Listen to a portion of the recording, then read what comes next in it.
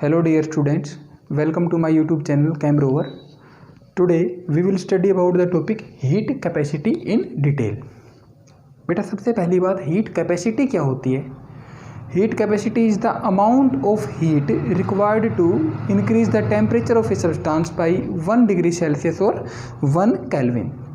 बेटा it means कि किसी भी सब्सटेंस का टेम्परेचर 1 डिग्री सेल्सियस से बढ़ाने के लिए हमें जितनी हीट देनी पड़ेगी उस हीट को हम क्या बोलेंगे? Heat capacity. तो मैं इसको कैसे डिफाइन कर सकता हूं बेटा? It is amount of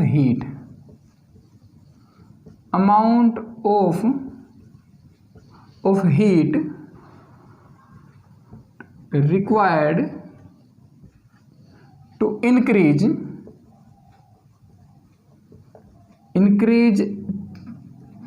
temperature of a substance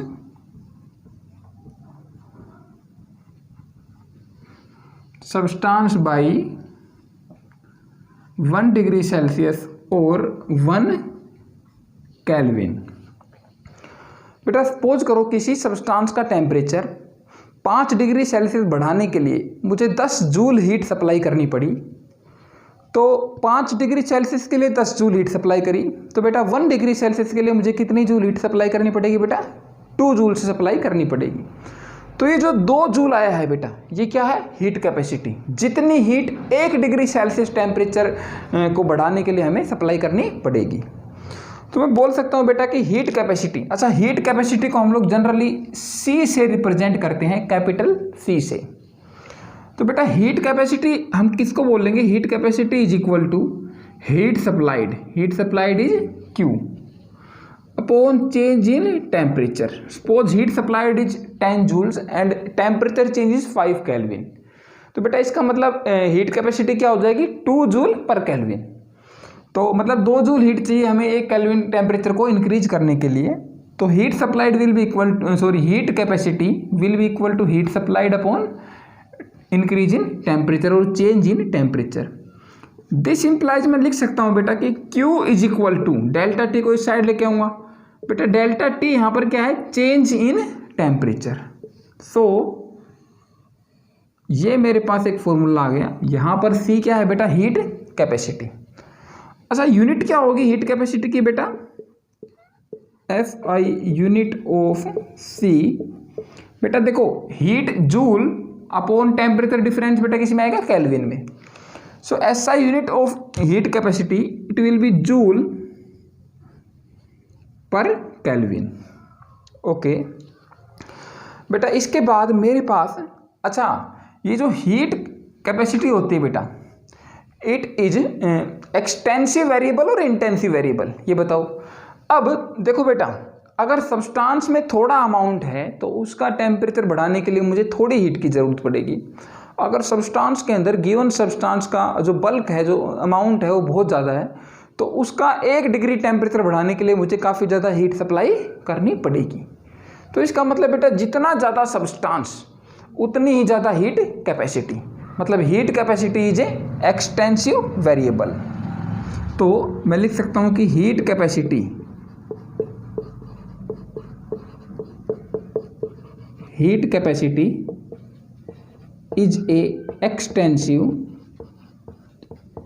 is an extensive property. बेटा एक्सटेंसिव प्रॉपर्टी क्या होती है?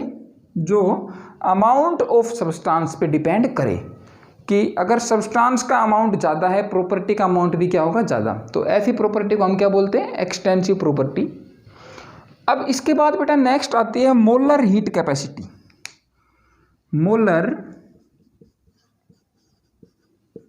Molar heat capacity. इसको जनरली हम लोग CM से रिप्रेजेंट करते हैं बेटा. सबस्क्रिप्ट में क्या लिखेंगे? M लिखेंगे. अब देखो बेटा, जब हमने हीट कैपेसिटी को डिफाइन किया तो हमें नहीं पता था कि अमाउंट ऑफ सब्सटेंस कितना है.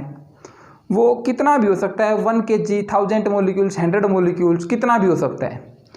बट मोलर हीट कैपेसिटी में हमें अमाउंट ऑफ सब्सटेंस कितना लेना है बेटा? 1 मोल लेना है. मतलब 1 मोल सब्सटेंस का टेम्परेचर 1 केल्विन से बढ़ाने के लिए जितनी हीट सप्लाई हम करेंगे उसको क्या बोलेंगे बेटा? Molar heat capacity. बेटा इसका सिंपल सा मतलब ये है, molar heat capacity is heat capacity for 1 mole of substance. 1 mole substance की हीट कैपेसिटी को क्या बोलेंगे? Molar heat capacity. तो बेटा मैं बोल सकता हूँ कि टोटल सब्सटेंस की हीट कैपेसिटी C है। अगर इसको नंबर ऑफ मोल से डिवाइड कर दूंगा कि सब्सटेंस में कितने नंबर ऑफ मोल्स हैं, तो मेरे पास मोलर हीट कैपेसिटी आ जाएगी। तो मैं बोल सकता हूँ कि CM it is equal to C upon N। N is number of moles. और मैं लिख सकता हूँ कि total heat capacity it will be equal to number of moles N into molar heat capacity CM। अब ये बताओ बेटा, ये जो CM है, पहली बात इसकी यूनिट क्या होगी बेटा? SI unit of molar heat capacity, SI unit of CM। बेटा देखो, हीट कैपेसिटी की यूनिट क्या थी? जूल पर केल्विन, हमने पढ़ा था। N is in moles, it is number of moles. तो मैं बोल सकता हूं CM की यूनिट क्या आएगी बेटा? Joule per kelvin. और N इज इन मोल्स तो ऊपर जाएगा तो mole inverse, joule per kelvin पर मोल।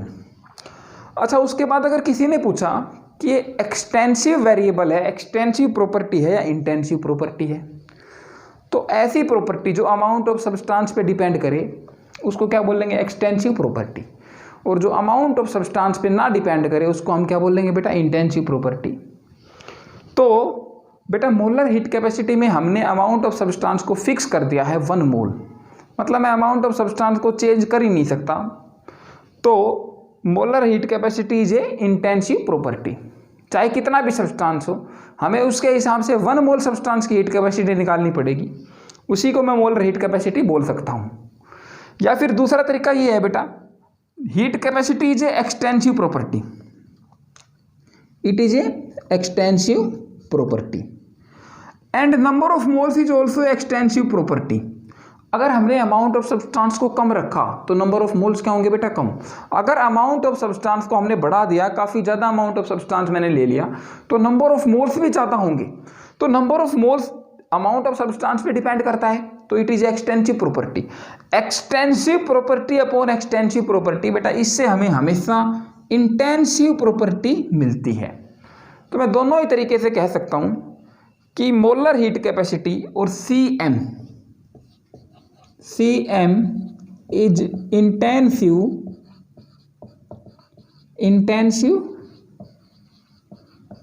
प्रॉपर्टी। अब उसके बाद एक और तरीके से हम लोग हीट कैपेसिटी को डिफाइन करते हैं और इसको बोलते हैं specific heat capacity. Specific heat capacity, और इसको या तो हम लोग CS से रिप्रेजेंट करते हैं और कैपिटल S से भी इसको रिप्रेजेंट कर देते हैं। तो बेटा स्पेसिफिक हीट कैपेसिटी क्या होती है? It is heat capacity for 1 gram of substance. जब हम सब्सटेंस का मास फिक्स कर दे 1 ग्राम, तो उसकी जो हीट कैपेसिटी आएगी उसको हम क्या बोलेंगे? Specific heat capacity. तो मैं बोल सकता हूं it is heat capacity for 1 gram substance, 1 gram substance. तो बेटा मैं बोल सकता हूं कि मान लो कि कुछ m ग्राम्स के लिए या मास ऑफ सब्सटेंस m है, तो उसके लिए टोटल हीट कैपेसिटी क्या थी बेटा? C। तो 1 ग्राम सब्सटेंस के लिए हीट कैपेसिटी क्या होगी बेटा? मतलब CS will be equal to total heat capacity upon mass of the substance. It means मैं बोल सकता हूं बेटा कि CS it will be equal to total heat capacity C upon M। यहां पे M क्या है बेटा? M is mass of substance. Okay, अब अगर इसकी SI यूनिट में देखना चाहूं तो बेटा हीट कैपेसिटी की यूनिट क्या होती है? Joule per kelvin. और मास की यूनिट क्या होती है बेटा? ग्राम्स। तो SI यूनिट क्या होगी बेटा? CS की जूल पर केल्विन पर ग्राम। तो SI यूनिट क्या होगी? SI unit of CS specific heat capacity it will B joule per kelvin per gram. Okay,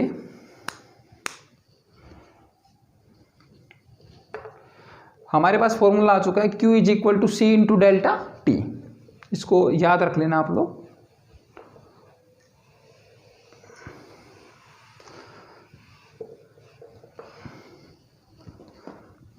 तो हमारे पास बेटा स्पेसिफिक हीट कैपेसिटी की SI यूनिट आ गई है जूल पर केल्विन पर ग्राम। अब बेटा मैं ये देखना चाहता हूँ कि क्या specific heat capacity amount of substance पे डिपेंड करती है या नहीं करती। इफ़ ये अमाउंट ऑफ सब्सटेंस पे डिपेंड करेगी तो ये एक्सटेंसिव प्रॉपर्टी होगी। तो बेटा मेरे पास फॉर्मूला आया, इसके बाद हम लोग यहाँ पहुँच चुके हैं। CS it is equal to total heat capacity upon amount of substance. अब ध्यान से देखो बेटा, यहाँ पर मैंने मास को क्या कर दिया है फिक्स, 1 ग्राम मास को मैंने क्या कर दिया फिक्स। तो बेटा 1 ग्राम के लिए अच्छा टोटल हीट कैपेसिटी क्या होती है बेटा, एक्सटेंसिव प्रॉपर्टी। और मास ऑफ सब्सटेंस भी क्या होता है बेटा, वो भी एक्सटेंसिव प्रॉपर्टी है। अगर हमने सब्सटेंस का अमाउंट थोड़ा लिया है तो उसका मास भी कम होगा, और अगर हमने अमाउंट ऑफ सब्सटेंस का मास ज़्यादा ले लिया, अगर अमाउंट ऑफ सब्सटेंस को हमने ज़्यादा ले लिया तो उसका मास क्या होगा बेटा ज़्यादा। इतना सा सब्सटेंस लिया मास कम, इतना सारा सब्सटेंस लिया मास ज़्यादा। तो जो चीज़ मास अमाउंट पे डिपेंड करती है वो क्या होगी बेटा, एक्सटेंसिव प्रॉपर्टी। और एक्सटेंसिव अपॉन एक्सटेंसिव प्रॉपर्टी वो क्या होती है बेटा, इंटेंसिव प्रॉपर्टी। तो मैं बोल सकता हूँ बेटा कि CS या specific heat capacity it is intensive property, it is intensive property। सो ये मेरे पास 3 टाइप की हीट कैपेसिटी थी, 2 टाइप की, molar heat capacity and specific heat capacity. अभी सपोज करते हैं कि बेटा क्वेश्चन आ गया, if 20 joules of heat is supplied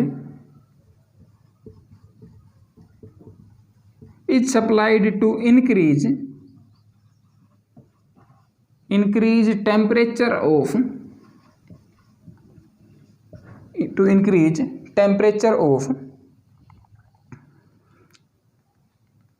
1.7 gram liquid ammonia by 5 Kelvin. Calculate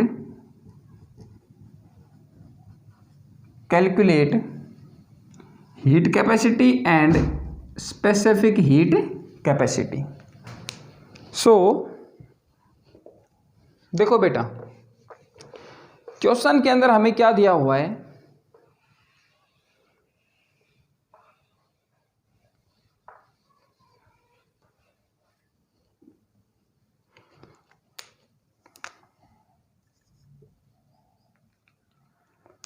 total heat is 20 joules, amount of substance 1.7 gram, और कितना टेम्परेचर में इंक्रीज हुआ है बेटा 5 केल्विन। तो बेटा सबसे पहली बात तो heat capacity is equal to heat supplied upon change in temperature delta T is change in temperature. It will be equal to बेटा हीट कितनी सप्लाई करें हम लोगों ने 20 joules upon 5 kelvin, it will be equal to 4 joules per kelvin. Okay, अब हमें निकालना है स्पेसिफिक हीट कैपेसिटी। तो बेटा स्पेसिफिक हीट कैपेसिटी क्या होती है, heat capacity upon mass of substance. It will be equal to 4 joule per kelvin which is heat capacity upon amount of substance कितना है बेटा 1.7 grams. It will be equal to 4 upon 1.7 joule per kelvin per gram.